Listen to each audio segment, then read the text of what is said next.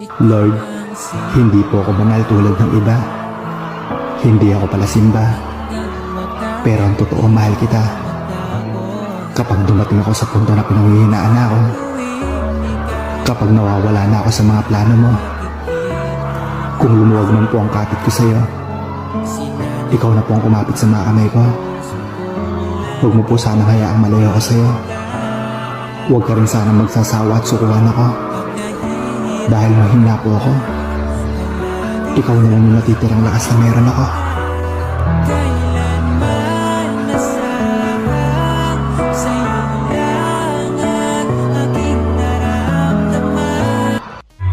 Salamat po sa mga biyayang araw-araw mong binibigay sa akin at sa aking pamilya. Salamat, Lord.